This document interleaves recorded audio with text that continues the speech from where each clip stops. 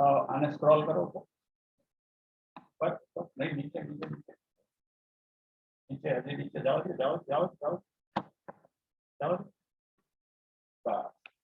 બસ okay recording start કરી તો આપણે કાલે ગ્લાયકોલિસિસ છે એ જોયું હતું રાઈટ ગ્લાયકોલિસિસ તો આજે છે એનું વર્ણન જોવું છે તો વર્ણન જોતી વખતે આપણે ખાસ ધ્યાનમાં શું રાખવું જોઈએ તો કે ગ્લાયકોલિસિસના જે મુદ્દા હતા એ આપણને ખબર હોવી જોઈએ તો આપણે થોડી અહીંયા હિન્ટ આપી અને પછી વર્ણન તરફ જવું છે બરાબર છે સૌપ્રથમ ગ્લુકોઝ ગ્લુકોઝ છે 6 કાર્બન વાળો ગ્લુકોઝ એ પોતાના એટીપી સાથે ફોસ્ફરીકરણની પ્રક્રિયા દ્વારા એટીપી માંથી ફોસ્ફેટ લેશે એટલે એટીપી એડીપી માં ફેરવાઈ જશે અને પોતે ગ્લુકોઝ 6 ફોસ્ફેટ માં ફેરવાશે આ ચાર્ટ આવડે તો વર્ણન એકદમ આવડી જશે ચાર્ટ નહીં આવડે તો વર્ણન નહીં આવડશે એટલે આપણે 2 વાર 5 વાર છે ચાર્ટ કીધેલો ચાર્ટ ઉપર જ આખી થિયરી આધારિત છે અને આના માર્ક્સ પણ ઘણા છે એટલે મેં આગ્રહ એવો રાખેલો પણ એમ છતાં તમે મન મરજીથી કામ કરી શકો એમાં અમને કોઈ વાંધો નથી હોતો માત્ર એક જ વસ્તુ યાદ રાખવી જોઈએ આવું બધું કરતી વખતે પછી આ 40 નંબર હોય કે 59 નંબર હોય જે હોય તે એક વસ્તુ કાયમ યાદ રાખવી જોઈએ આપણે જે કામ કરવાનું છે નથી કરતા એને યાદ રાખી લેવાનું અને પછી એ કોઈના ઉપર બ્લેમ નહીં નાખવા કે મને પપ્પાએ ભણાવ્યો નહીં બરાબર સારી શાળામાં ન ભણાવ્યો જનકે હરખું ભણાવ્યું નહીં એવા બ્લેમ ન થાય તો તમારા કોઈ પણ કામ છે તમને મુબારક હોય છે પણ અમુક સમયે આપણે બ્લેમ કરીએ કે ભાઈ આણે આમ કર્યું ને એટલે આમ થયું એલા ભાઈ એણે કીધું તું લખીને પાકું કરો પણ ન કર્યું તો પછી કઈ રીતે આપણે આને સોલ્વ કરી શકીએ એટલે જે અહીંથી કામ આપવામાં આવે થોડું થોડું કરવું જોઈએ ઓકે ગ્લુકોઝ 6 ફોસ્ફેટ એ એમના સમઘટક ફ્રુક્ટોઝ 6 ફોસ્ફેટ માં ફેરવાશે કાર્બનની સંખ્યા 6 બરાબર છે હવે ફ્રુક્ટોઝ 6 ફોસ્ફેટ એ ફરીથી એટીપી સાથે જોડાશે અને એડીપી માં ફેરવાશે અને ફ્રુક્ટોઝ 6 ફોસ્ફેટ એ ફ્રુક્ટોઝ 1,6 બાયફોસ્ફેટ 6 કાર્બન એમાં ફેરવાઈ જશે બરાબર છે આ 6 કાર્બન ધરાવતા ફ્રુક્ટોઝ 1,6 બાયફોસ્ફેટ નું હવે વિઘટન થશે વિઘટન થઈ અને બે ઘટકો મળશે DHAP DHAP નું પૂરું નામ શું થશે તો કે ડાયહાઇડ્રોક્સી એસિટોન ફોસ્ફેટ અને બીજો ઘટક કયો મળે છે PGAL એટલે ફોસ્ફોગ્લિસરાલ્ડિહાઇડ રેડી આની કાર્બન સંખ્યા કેટલી 3 આની કાર્બન સંખ્યા કેટલી 3 બરાબર છે તો આવા બે ઘટક પ્રાપ્ત થાય છે અહીંયા સુધીનું વર્ણન જો આપણે કરવું હોય અહીંયા સુધીનું વર્ણન આપણે કરવું હોય તો આપણે વર્ણન તરફ જઈએ સૌપ્રથમ તો તમે પેલા શબ્દો કહેશો કે ગ્લાયકોલિસિસની પ્રક્રિયા એ ગ્રીક ભાષાના બે શબ્દ ગ્લાયકોસ એટલે શર્કરા અને લાઇસિસ એટલે વિઘટન यानी कि ग्लूकोज शर्कराનું વિઘટન यानी कि ગ્લાયકોલિસિસ આનું બેનું જોડાણ થાય એટલે ગ્લાયકોલિસિસ અને આનું બેનું જોડાણ થાય એટલે શર્કરાનું વિઘટન તો ગ્રીક ભાષાના શબ્દ ગ્લાયકોસ અને લાઇસિસ પરથી ઉતરી આવેલો શબ્દ ગ્લાયકોલિસિસ છે રેડી બીજો મુદ્દો આવે આ ઘટનાની શોધ અથવા આ પ્રક્રિયાની શોધ એમ્બેડન મેયરહોફ અને પરનાસ है ना એમ્બેડન લખીએ અથવા ઇમ્બેડન भी લખાય છે એમ્બેડન મેયરહોફ અને પરનાસ આ ત્રણ વૈજ્ઞાનિકોએ આની શોધ કરી એટલે આને નામ આપ્યું EMP પદ બરાબર તો બીજી રીતે આ રીતે ત્રીજો મુદ્દો આ પ્રક્રિયા છે એ સામાન્ય રીતે કોષ રસમાં થાય છે એટલે ગ્લાયકોલિસિસ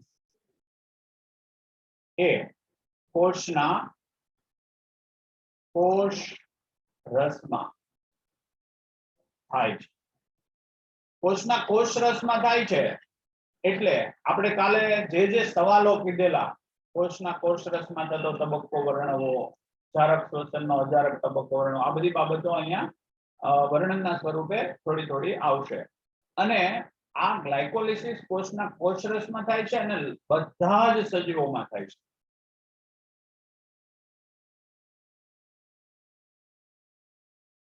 બરાબર છે? એવો કોઈ સજીવ આ દુનિયામાં નથી કે જેના કોષમાં ગ્લાયકોલિસિસ ન થતી હોય. ગ્લાયકોલિસિસ પ્રક્રિયા કમ્પલસરી છે. એટલે એમ કીધું કે ગ્લાયકોલિસિસ કોષોના કોષરસમાં થાય છે અને તે બધા જ સજીવોના કોષમાં થતી પ્રક્રિયા છે. આ પ્રક્રિયા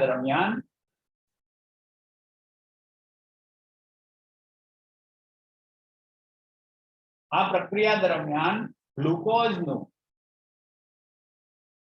આંશિક દહન થાય છે, અથવા તમે ઓક્સિડેશન પણ કહી શકો. દહન થવું એટલે ઓક્સિડેશન. ઓક્સિડેશન થઈ અને પાયરુવિક એસિડના 2 અણુ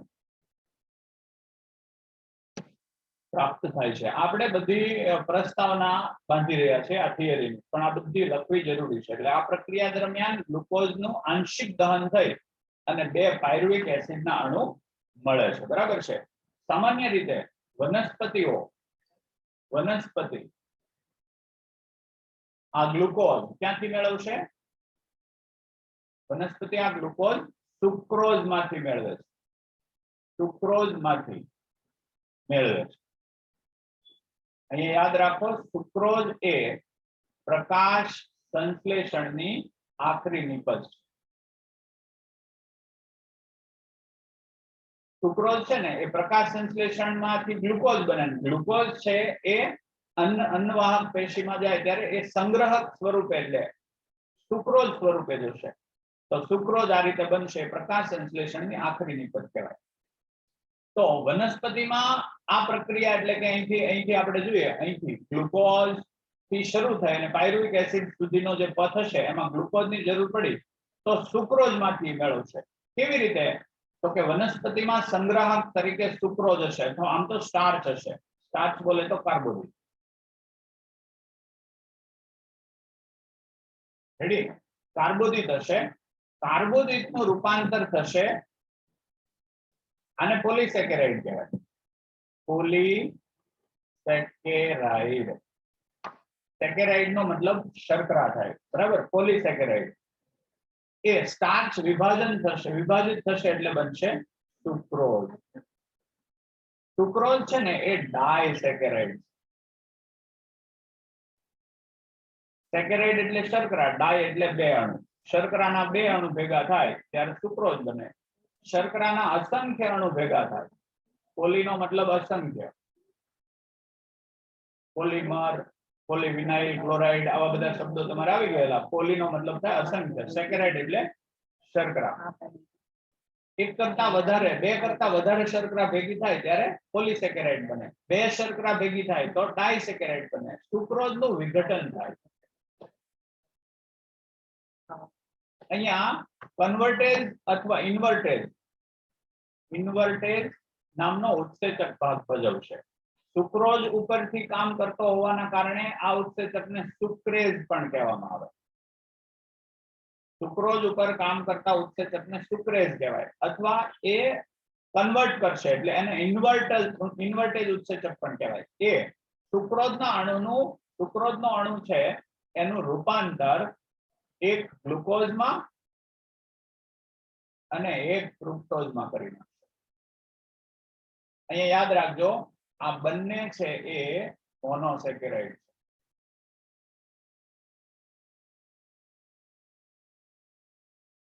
બરાબર છે? આ બંને મોનોસેકેરાઇડ છે.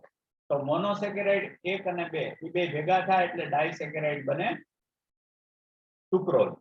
સુક્રોઝ આવા અસંખ્ય ગ્લુકોઝ, ફ્રુક્ટોઝ વગેરે ભેગા થાય ત્યારે સ્ટાર્ચ બનતો હોય છે, પોલિસેકેરાઇડ છે. તો આ રીતે ગ્લુકોઝ અને ફ્રુક્ટોઝ નામના 2 અણુ બને એ મોનોસેકેરાઇડ છે. આ મોનોસેકેરાઇડ અણુઓ છે એ આ મોનોસેકેરાઇડ અણુ છે ઈ હવે સીધા ક્યાં ભાગ લેશે તો કે ગ્લાયકોલિસિસ.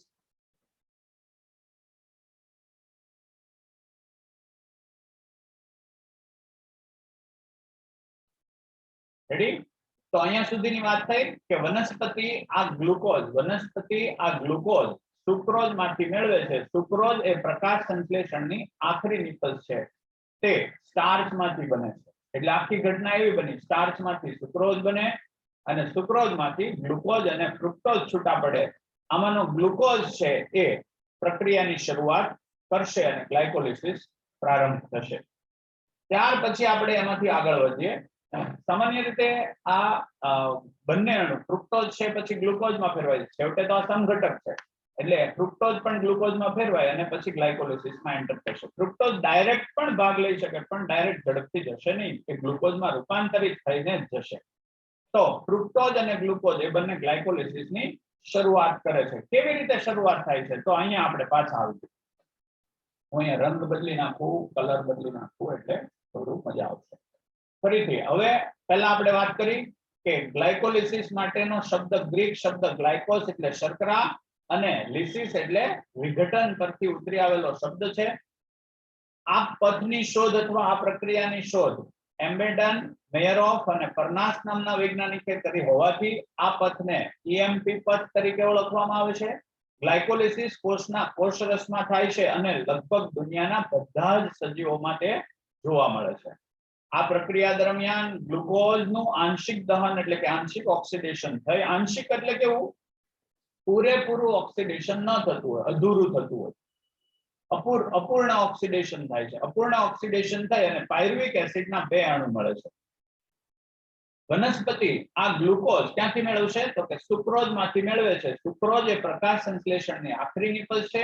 સુક્રોઝ સ્ટાર્ચ માંથી પ્રાપ્ત થાય છે. સ્ટાર્ચ સ્વરૂપે વનસ્પતિમાં ગ્લુકોઝ સંગ્રહ થયેલો હોય એટલે સ્ટાર્ચ માંથી પ્રાપ્ત થાય છે. પછી મેં અહીંયા વિગત તમને થોડી દર્શાવી છે કે ભાઈ સ્ટાર્ચ માંથી સુક્રોઝ કેવી રીતે બને, સુક્રોઝ માંથી ગ્લુકોઝ. રાઈટ? ઓકે. આ ગ્લુકોઝ અને ફ્રુક્ટોઝ બંને ગ્લાયકોલિસિસની પ્રક્રિયા એટલે ગ્લાયકોલિસિસની પ્રક્રિયામાં પ્રવેશી શકે છે. એટલે આને ગ્લાયકોલેટિક શબ્દ આપવામાં આવ્યો છે. આ ચક્ર જે છે ને આખું ગ્લાયકોલિસિસ અને ગ્લાયકોલેટિક ચક્ર પણ કહેવામાં આવે છે. ઓકે. તો અહીંયા નવો સવાલ થયો, ગ્લાયકોલેટિક ચક્ર વર્ણવો, તો એ તમને ખ્યાલ આવી જશે. સૌપ્રથમ 6 કાર્બન ધરાવતો ગ્લુકોઝ એ એટીપી સાથે ફોસ્ફરીકરણની ક્રિયા કરી અહીંયા કયો ઉત્સેચક ભાગ ભજવતો હશે? હેક્સોકાઇનેઝ. હેક્સોકાઇનેઝ ઉત્સેચકની મદદથી ગ્લુકોઝ 6 ફોસ્ફેટમાં ફેરવાય છે. બરાબર છે?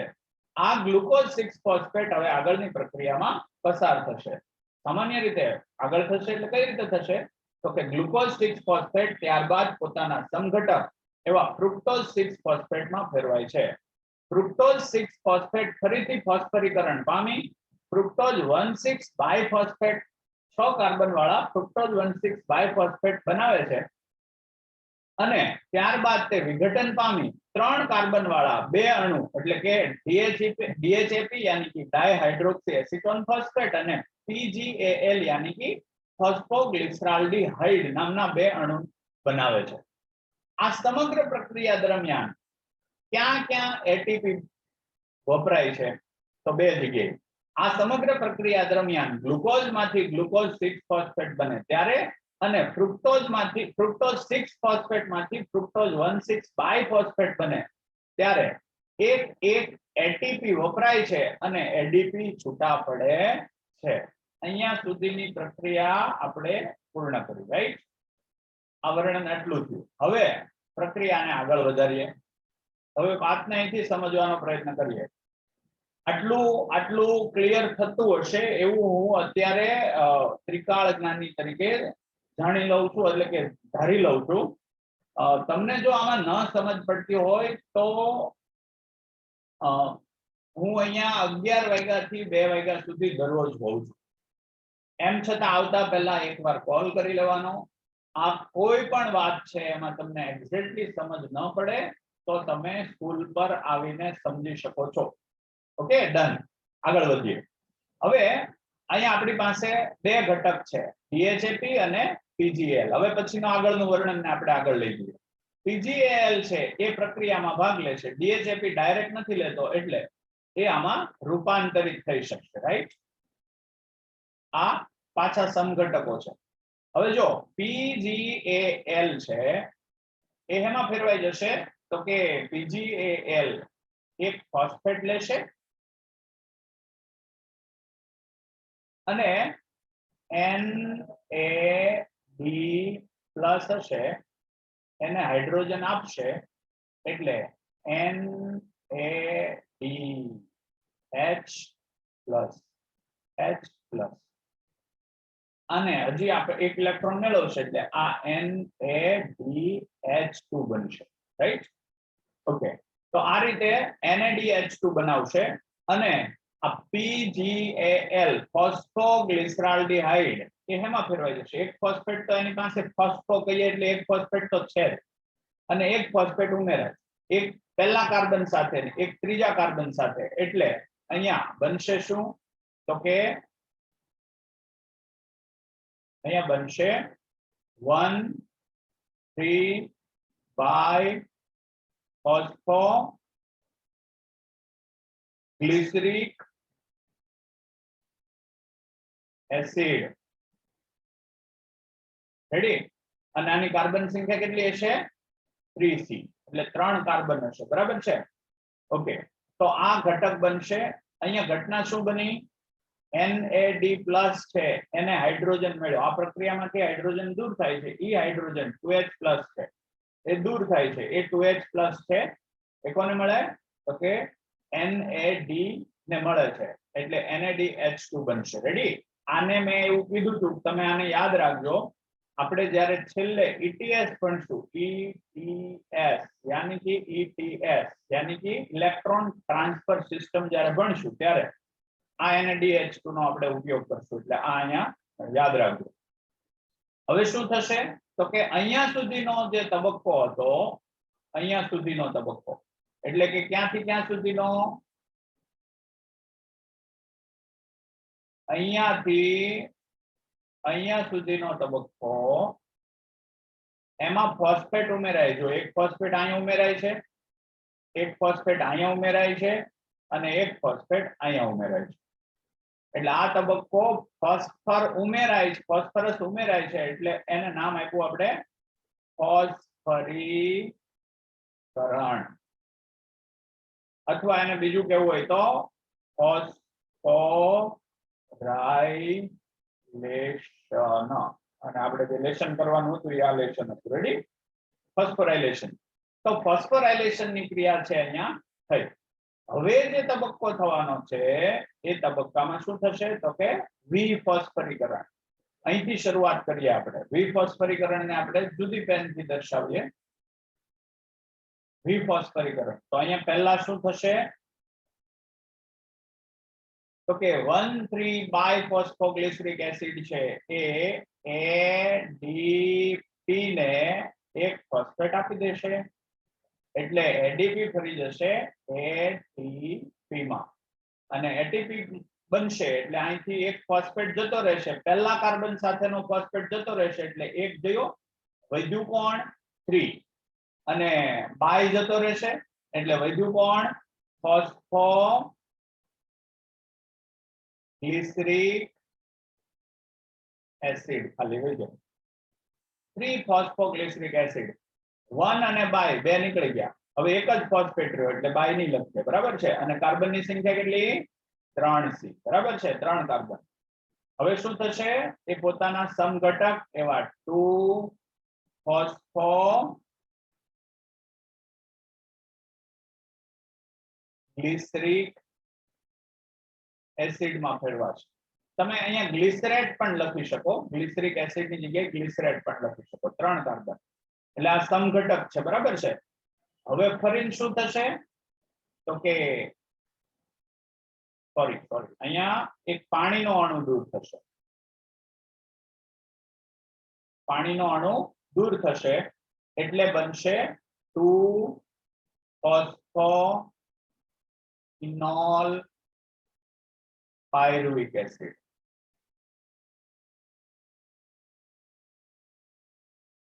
ઓકે, એટલે ફોસ્ફોગ્લિસરેટ છે પાણીનો અણુ દૂર કરશે, ફોસ્ફોગ્લિસરિક એસિડ છે પાણીનો અણુ દૂર કરશે એટલે 2-ફોસ્ફોઇનોલ પાયરુવિક એસિડમાં ફેરવાશે.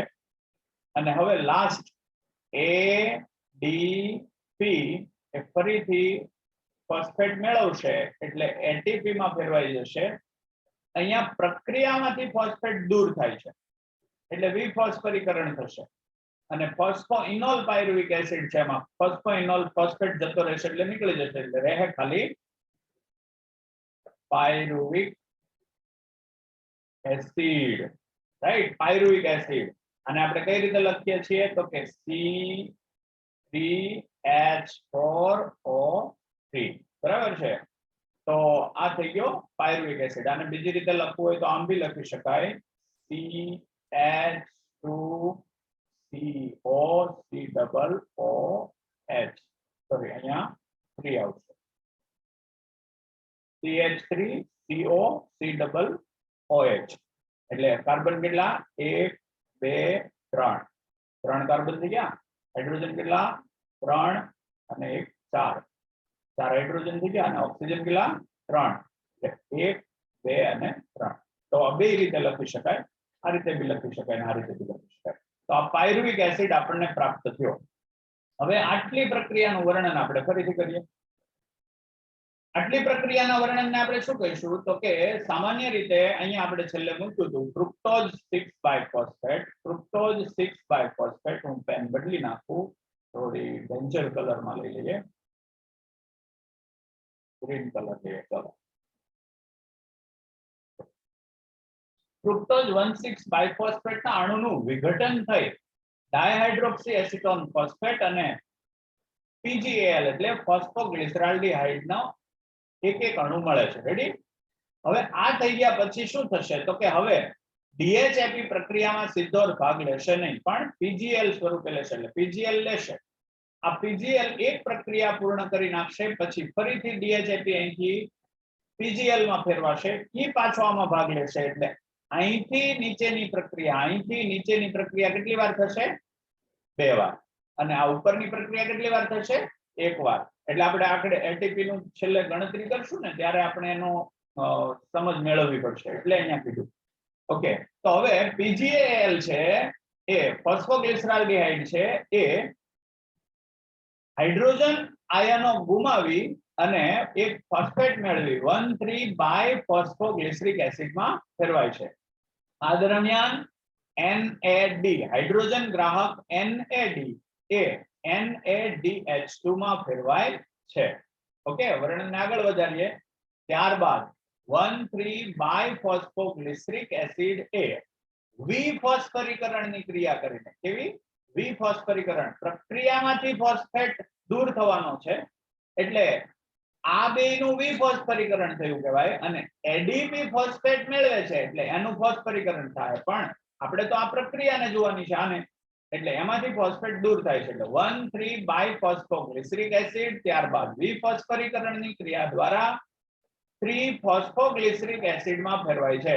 આ દરમિયાન મુક્ત થયેલો ફોસ્ફેટ એડીપી દ્વારા ગ્રહણ થાય છે જેના કારણે એટીપી નું નિર્માણ થાય છે. હવે 3-ફોસ્ફોગ્લિસરિક એસિડ એ પોતાના સમઘટક એવા 2-ફોસ્ફોગ્લિસરિક એસિડમાં ફેરવાય છે. 2-ફોસ્ફોગ્લિસરિક એસિડ પાણીનો અણુ ગુમાવી ફોસ્ફોઇનોલ પાયરુવિક એસિડ બનાવે છે. પાયરુવિક એસિડનું ફરીથી વિફોસ્ફરીકરણ થઈ અને એડીપી આ ફોસ્ફેટ મેળવી એટીપી બનાવે છે, જ્યારે ફોસ્ફોઇનોલ પાયરુવિક એસિડ એ પાયરુવિક એસિડમાં રૂપાંતરિત થાય છે. આમ આ ગ્લાયકોલિસિસના અંતે પાયરુવિક એસિડ મળે છે. હવે સ્વાભાવિક રીતે પાયરુવિક એસિડના કેટલા અણુ મળશે તો આખી પ્રક્રિયાને તમે જુઓ તો ગ્લુકોઝનો એક અણુ આ પ્રક્રિયા કરે ત્યારે અહીંયા એક અણુ આ મેળ્યો અને એક અણુ આ મેળ્યો. રેડી? એમાં આણે પ્રક્રિયામાં ભાગ લીધો એટલે કે PgL એ પ્રક્રિયામાં ભાગ લીધો તો એક પાયરુવિક એસિડ મળશે અને ત્યાર પછી DHAP આમાં રૂપાંતરિત થઈને પાછી આ પ્રક્રિયા થશે એટલે આ બધી જ પ્રક્રિયામાં આ બે આ પણ 2 ફોસ્ફેટ આને પણ ગુણ્યા 2 આ પણ 2 આ પણ 2 બધા ડબલ થશે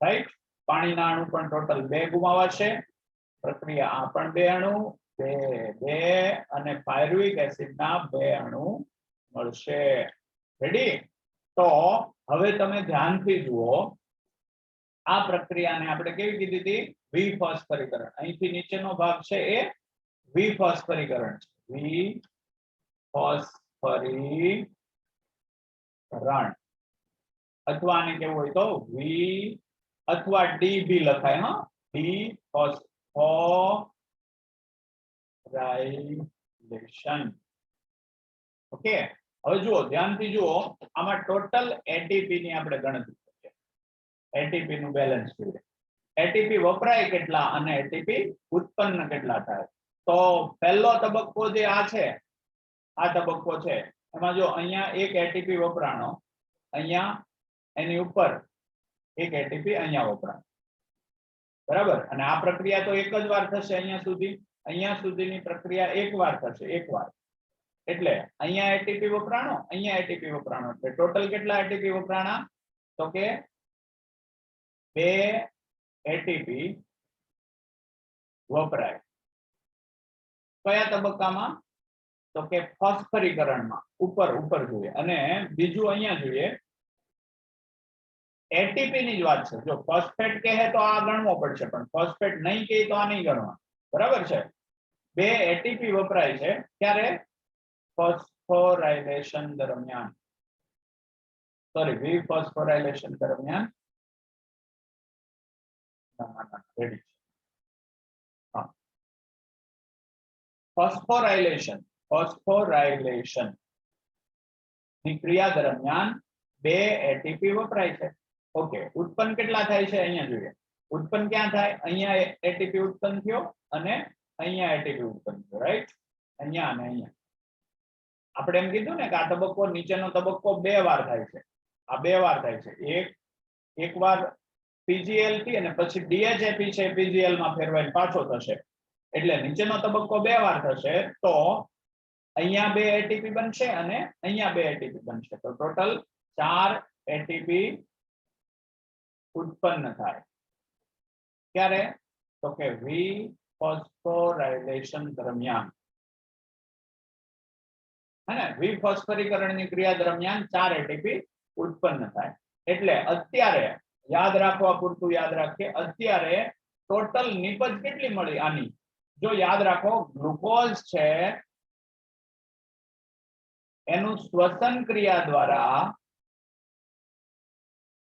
ઓક્સિડેશન કરીને આપણે જોઈએ છે શું શક્તિ શક્તિ કયા સ્વરૂપે મળવાની એટીપી એટલે એનો મતલબ એમ કયો ગ્લુકોઝના કાર્બન બંધ વચ્ચે જે શક્તિ સંગ્રહાયેલી છે એ શક્તિને આપણે આ છે રાસાયણિક શક્તિ છે એને આપણે મુક્ત શક્તિ સ્વરૂપે જોઈએ છે એટીપી માં મુક્ત શક્તિ ફટાફટ મુક્ત શક્તિ કરવાની તાકાત છે એટલે એટીપી સ્વરૂપે આપણે ફેરવવાનું છે દાખલા તરીકે મુક્ત શક્તિ એટલે શું સમજી લો કે મારે ઊભું થવું છે તો ઊભા થવા માટે તરત જ શક્તિ જોઈશે આપણે નિરાંતે બેઠા હોય તમે અત્યારે જ્યાં બેઠા છો ત્યાં તમે વિચારો એકદમ મસ્ત રીતે ઉપર સરસ પંખો ફરે છે આજુબાજુમાંથી કોઈ અવાજ આવતો નથી તમે મને સાંભળો છો અને હું તમને સાંભળું છું ફર્સ્ટ ક્લાસ તમને નથી સાંભળતો પણ તમને અહીંથી જોઉં છું ઘણાને તમે નિરાંતે બેઠા છો અચાનક તમારા ઉપર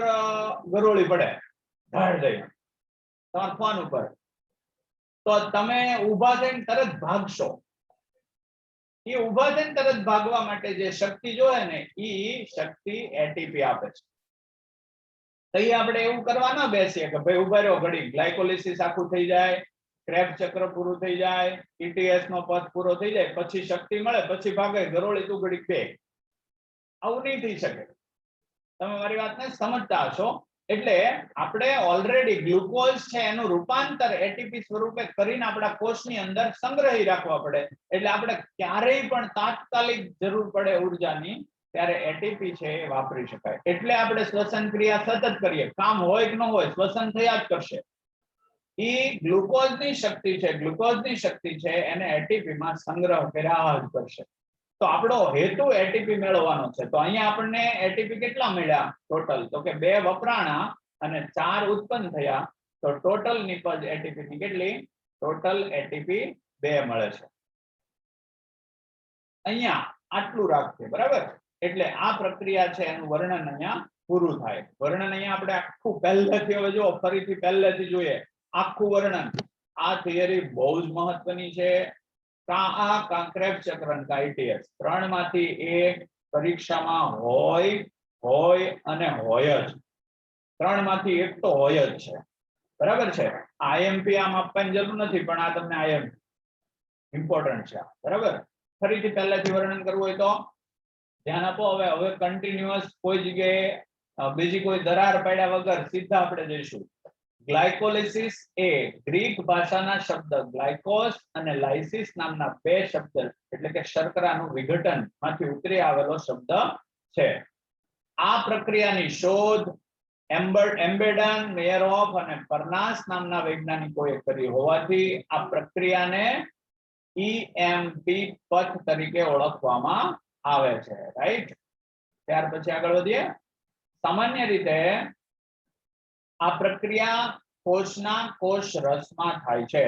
પ્રક્રિયા કોષના કોષ રસમાં થાય છે.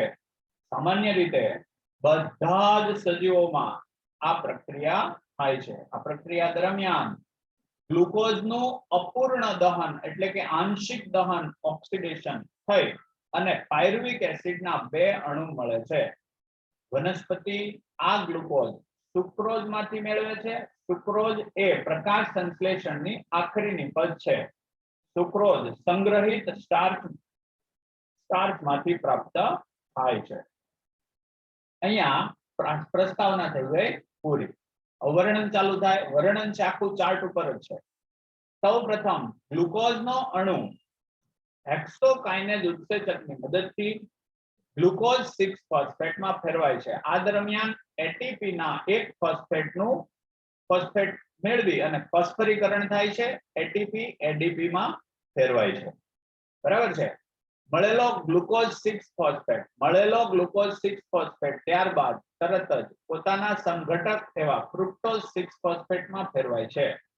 ફ્રુક્ટોઝ 6 ફોસ્ફેટ ફરીથી એટીપી સાથે જોડાઈ ફોસ્ફરીકરણની ક્રિયા દ્વારા ફ્રુક્ટોઝ 1,6 બાયફોસ્ફેટમાં ફેરવાય છે. આ દરમિયાન એટીપી નું એડીપી માં રૂપાંતર થાય છે.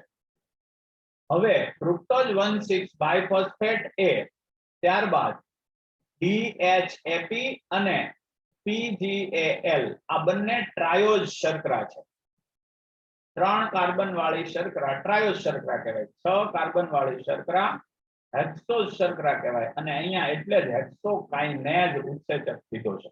ગ્લુકોઝ 6 કાર્બન વાળો છે એટલે હેક્સોઝ શર્કરા કહેવાય અને એના ઉપર કામ કરતો ઉત્સેચક હેક્સોકાઇનેઝ ઉત્સેચક કહેવાય. રેડી? અહીંયા ટ્રાયોઝ શર્કરાના 2 અણુ મળે છે. આ સમગ્ર પ્રક્રિયા 10 તબક્કામાં પૂરી થાય છે. ગ્લુકોઝ થી પાયરુવિક એસિડ સુધીની સમગ્ર પ્રક્રિયા 10 તબક્કામાં પૂરી થાય છે. આ દરમિયાન કઈ જગ્યાએ એટીપી ઉપયોગમાં આવે છે અને કઈ જગ્યાએ એટીપી ઉત્પન્ન થાય છે તે મહત્વનું છે. એવી જ રીતે NADH છે એ પણ ક્યાં ઉત્પન્ન થાય છે અને ક્યાં વપરાય છે એ બહુ જરૂરી છે. તો સૌપ્રથમ એટીપી ક્યાં બને? તો કે ગ્લુકોઝ એ ગ્લુકોઝ 6 ફોસ્ફેટમાં ફેરવાય ત્યારે, અને બીજો ક્યાં બને છે? ફ્રુક્ટોઝ 6 ફોસ્ફેટ જ્યારે ફ્રુક્ટોઝ 1,6 બાયફોસ્ફેટમાં ફેરવાય ત્યારે એટીપી વપરાય છે અને એટીપી ઉત્પન્ન થાય છે. તો આ તબક્કો અડધો અહીંયા પૂરો થયો. હવે શું થશે? ફ્રુક્ટોઝ 1,6 બાયફોસ્ફેટ એ 2 ટ્રાયોઝ શર્કરાના અણુ, એક DHAP એટલે કે ડાયહાઇડ્રોક્સી એસિટોન ફોસ્ફેટ અને બીજો PGAL એટલે કે ફોસ્ફોગ્લિસરાલ્ડિહાઇડ માં ફેરવાય છે. ફોસ્ફોગ્લિસરાલ્ડિહાઇડ એ પ્રક્રિયામાં આગળ વધે છે જ્યારે DHAP સીધો નથી વપરાતો તે PGAL માં રૂપાંતર પામીને પછી પ્રક્રિયામાં ભાગ લેશે. PGAL એ ફોસ્ફેટનો અણુ આધારકમાંથી મેળવશે. ફોસ્ફેટ મેળવી 1,3-બાયફોસ્ફોગ્લિસરિક એસિડ બનાવે છે. આ દરમિયાન હાઇડ્રોજન આયોન છૂટા પડે છે જે આધારકમાં રહેલ હાઇડ્રોજન ગ્રાહક NAD+ દ્વારા સ્વીકારાય છે, જેના કારણે NADH2 બને છે, અથવા તમે આવું લખી શકો NADH+H+ બને છે. હવે 1,3-બાયફોસ્ફોગ્લિસરિક એસિડ 1,3-બાયફોસ્ફોગ્લિસરિક એસિડ એ કઈ ક્રિયા કરશે? વિફોસ્ફરીકરણની ક્રિયા કરી 3-ફોસ્ફોગ્લિસરિક એસિડમાં ફેરવાય છે. આ દરમિયાન એક ADP નું ATP માં રૂપાંતર થાય છે. હવે 3-ફોસ્ફોગ્લિસરિક એસિડ એ પોતાના સમઘટક એવા 2-ફોસ્ફોગ્લિસરિક એસિડમાં ફેરવાય છે.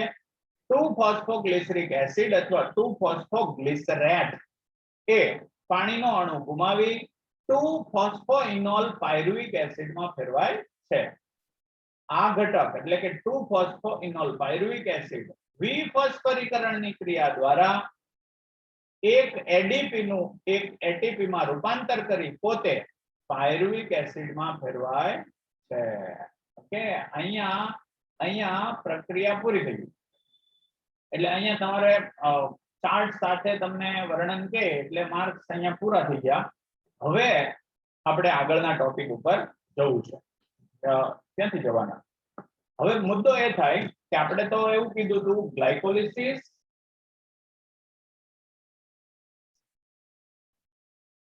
પછી ક્રેબ્સ ચક્ર અને પછી ETS, રાઈટ? ગ્લાયકોલિસિસ, ક્રેબ્સ ચક્ર અને ETS એમ 3 તબક્કા કીધા. પણ બધામાં આ તબક્કા આ રીતે નથી થતા. સૂક્ષ્મ જીવો છે એમાં ક્રેબ્સ ચક્ર એટલે કેટલાક બેક્ટેરિયા, યીસ્ટ અને પ્રાણીના સ્નાયુકોષ, એમાં ક્રેબ્સ ચક્ર નથી થતું અને ETS પણ નથી થતું. તો એમાં ગ્લાયકોલિસિસ થાય છે. ગ્લાયકોલિસિસ થયો અને પાયરુવિક એસિડ મળ્યો. ગ્લાયકોલિસિસના અંતે મળેલ પાયરુવિક એસિડ છે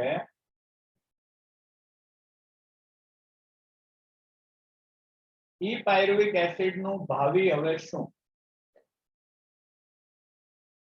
હવે એ આગળ કઈ રીતે પ્રક્રિયા થશે? તો કે એના ભાવિનો આધાર એ કયા કોષમાં છે એના ઉપર આધાર રહેશે. જો બેક્ટેરિયામાં હોય તો પાયરુવિક એસિડ છે બેક્ટેરિયામાં હશે તો પાયરુવિક એસિડ આલ્કોહોલિક આચરણ થશે. કેવું? આલ્કોહોલિક. બરાબર છે. અને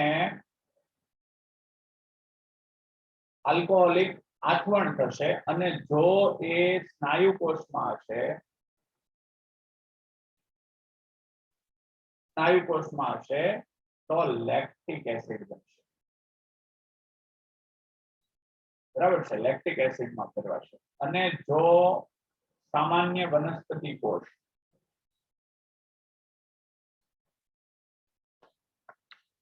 કે સામાન્ય પ્રાણી કોષ હશે સ્નાયુ કોષ સિવાય, તો એમાં ક્રેબ્સ ચક્ર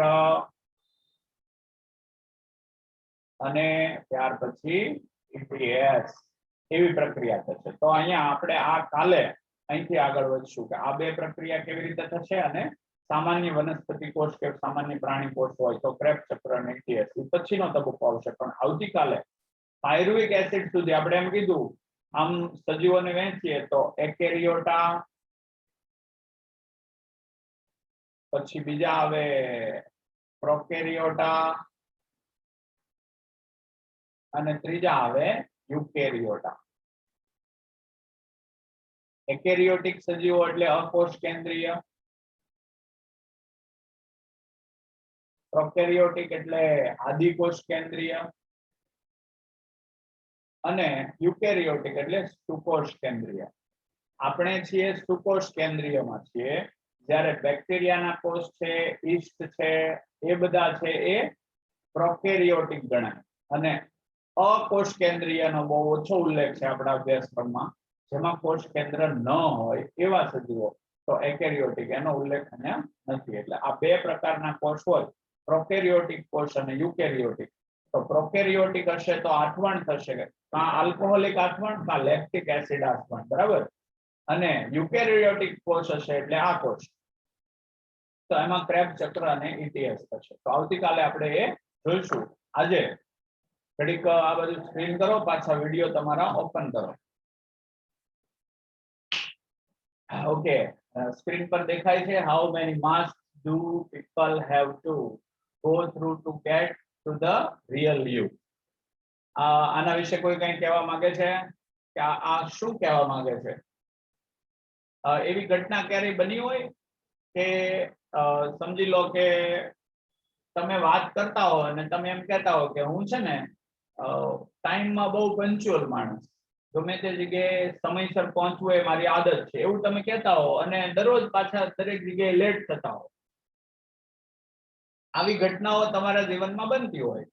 તમે એવું હજી વાત કરી રહ્યા હો કે હું ઘરે કોઈ દિવસ ખોટું બોલું જ નહીં, અને ત્યાં તમે ઘરે જઈને ઓટલે બેઠા હો ત્યારે એવું કીધું હોય કે હું ઘરે ખોટું બોલું જ નહીં, અને ઘરે જઈને તરત પાછું તમારે ખોટું બોલવું પડ્યું હોય. હોમવર્ક કરી નાખ્યું તો કે આ કરી નાખ્યું, 5 વાર કરી નાખ્યું તો કે આ કરી નાખ્યું. કેવી રીતે? તો કે એકનો એક ફોટો આપીને. ધેટ આર વી.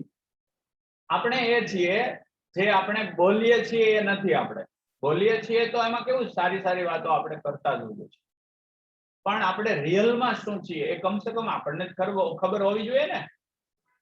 એટલે અહીંયા કેટલા માસ્ક પહેરીને આપણે આટા મારીએ છીએ આપણને ખબર હોવી જોઈએ કે એમાંથી આપણે કોણ છે. ઘણીવાર આપણે જ આપણને ન જડીએ તો પતી ગયું.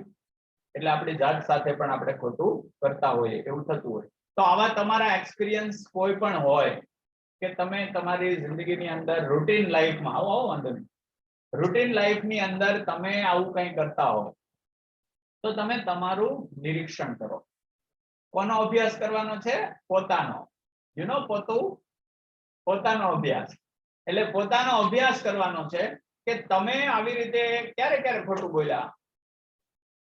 ઘણીવાર પપ્પા આપણને શીખવતા હોય, મમ્મી આપણને શીખવતા હોય, દીકરા ખોટું નહીં બોલાય હે, અને પપ્પાનો ફોન આવે કે ક્યાં છો? તો કે હું ઓફિસે છું, હોય ઘરે. તો આવા ઘટનાઓ આપણી આસપાસ બન્યા જ કરતી હોય છે. પણ એવી નાની નાની ખોટું બોલવાની વાત હશે, પણ આપણે ઘણીવાર છે એમાંથી આપણી જાતને ભૂલી જતા હોય છે. તો આવું આપણી સાથે નથી થતું ને, જોતા રહેવું.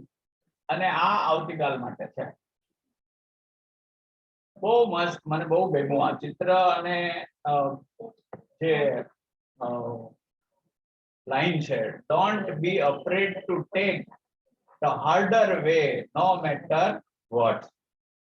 તમે ચિત્રને બહુ ધ્યાનથી સ્ક્રીનશોટ પાડી લેજો અને પછી તમારી રીતે ધ્યાનથી એનું નિરીક્ષણ કરજો, તો તમને ખ્યાલ આવશે. અને બીજું, તમને એમ થતું હશે આ ચિત્રો કાયમ ક્યાંથી લાવ્યો છો જનક, હે ને?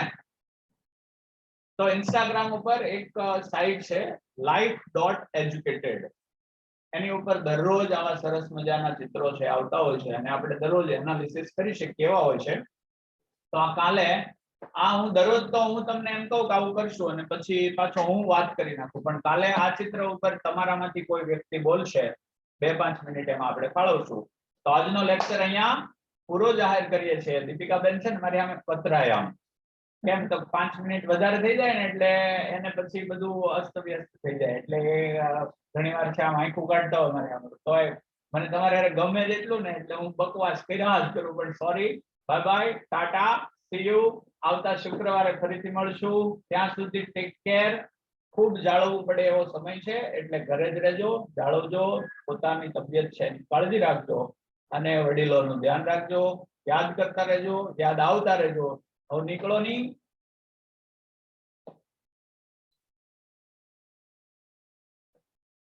બંધ કરો, આ લોકો હજી જોવે.